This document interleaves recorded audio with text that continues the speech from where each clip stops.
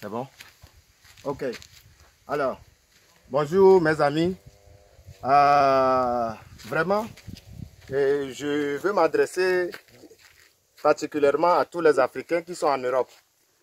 Alors, rester en Europe, ça ne veut pas dire que vous oubliez les réalités de l'Afrique. Est-ce que vous me voyez? C'est ça que les gens font chaque jour. Plus de 90% sont dans ce secteur-là. Ça, les maçons, les Zemi-Djaman, c'est-à-dire quand on parle de Zemi-Djaman chez nous, c'est les gens qui roulent taxi-moto avant de manger. Nos mamans, nos parents, tout le monde, c'est dans ce secteur. C'est chaque jour que tu dois sortir, aller faire ça et revenir à la maison peut-être pour gagner 1000 francs pour nourrir ta famille. Si vous pensez que les mesures drastiques de l'Europe, c'est bon pour toute l'humanité pour pouvoir tuer le coronavirus, vous devez penser 2 fois sur ce que vous envoyez sur les nets et ce que vous publiez et les décisions que vous demandez à nos États de prendre. Ces décisions-là ne sont pas des décisions pour les Africains. Alors, mes parents qui sont dans des villages, et c'est le moment même d'aller au champ cultiver, maintenant vous voulez arrêter. Disons que tout le monde doit appliquer les mêmes mesures que les Européens, les Chinois, ils ont pris pour pouvoir vaincre le coronavirus. Donc tout le monde doit être dans le même sens. C'est pas normal. Le secteur tertiaire en Afrique, c'est ça qui prévaut sur tout.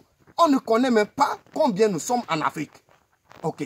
Et donc, s'il y a des mesures pour pouvoir lutter contre le coronavirus, vous devez réfléchir et faire des vidéos qui ont trait à la réalité de l'Afrique.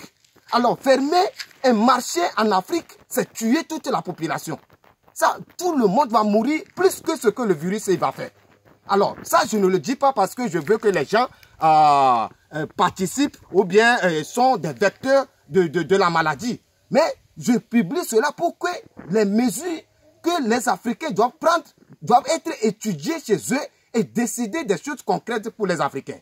Alors, il est temps que nous réfléchissons et nous devons laisser tout ce qui est de l'Europe. Chaque fois, on copie, on vient coller sans réfléchir sur ce que nous sommes en train de faire. Alors là, vous pensez qu'on peut fermer les marchés en Afrique? Est-ce que les marchés en Afrique sont comme les marchés européens? Est-ce qu'il y a combien de supermarchés? Vous pensez que les maniocs, on va aller déterrer les maniocs pour venir mettre dans le frigo? C'est ça que vous voulez dire? Et combien de personnes qui sont dans une pièce et qui cuisinent dehors parce qu'ils vivent dans les cours communes, vous voulez les fermer où?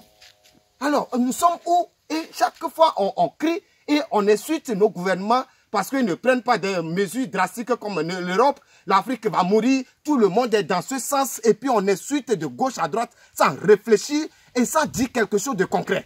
Hier, j'ai lu les ajournements que OMS avait fait, que non, AI ne tue pas la maladie, le soleil ne tue pas la maladie, la chaleur ne tue pas la maladie. On s'en fout. Et après, on fait quoi? Qu'est-ce que OMS, pour le moment, il dit comme message d'espoir pour la population à l'avenir?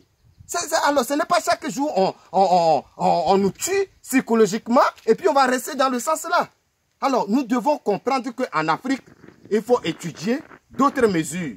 Ce que nous pouvons faire pour qu'on ne va pas tuer ni la population, mais essayer de trouver des moyens pour contrecarrer la maladie. Mais on ne doit pas rester dans le même sens que tout le monde parce que l'Europe a fermé les frontières. Donc nous aussi en Afrique, on va fermer les frontières alors que nos maisons n'ont même pas de porte. Maintenant, on ferme la frontière pourquoi? Pour aller où? Dans des forêts? Même dans la forêt, il y a combien de personnes qui vont rester à 1 mètre de distance en restant dans la forêt? Alors soyons vraiment des gens concrets et réfléchissons surtout les Africains qui sont un peu partout et ils pensent que c'est fini parce qu'ils sont en Europe, en Asie, aux États-Unis. Donc les mesures là-bas, c'est ça qui convient pour tout le monde. Ce n'est pas la même chose chez nous ici en Afrique. On doit réfléchir sur ce que nous sommes en train de dire et ce qu'on doit faire. on ne peut pas fermer les marchés, on ne peut pas fermer les boutiques. Chez nous, ici, ça n'existe pas. On ne peut pas renvoyer les gens de rester à la maison parce que la population, ils mangent journalièrement. Donc, c'est ce qu'ils gagnent, c'est ça qu'ils mangent. Donc, il n'y a pas de gouvernement en Afrique qui va nous dire il connaît 100% le nombre de sa population et il va envoyer à manger à toutes ces populations-là. Ça n'existe pas. Donc, réfléchissons et communiquons vraiment des informations et des idées qui peuvent nous aider. Vous pensez que les gants coûtent combien? 1 euro en Europe, ça fait combien en Afrique? Vous pensez que c'est tout le monde qui a de moyens pour acheter de gants, de cache-nez et remplacer ça à chaque 1 heure de temps? En Afrique, on gagne combien par mois? Alors, je vous avertis de réfléchissez et trouvons des mesures concrètes pour pouvoir sensibiliser les gens afin que les gens ne tombent pas dans les chaos que les autres pays sont déjà. Je vous remercie.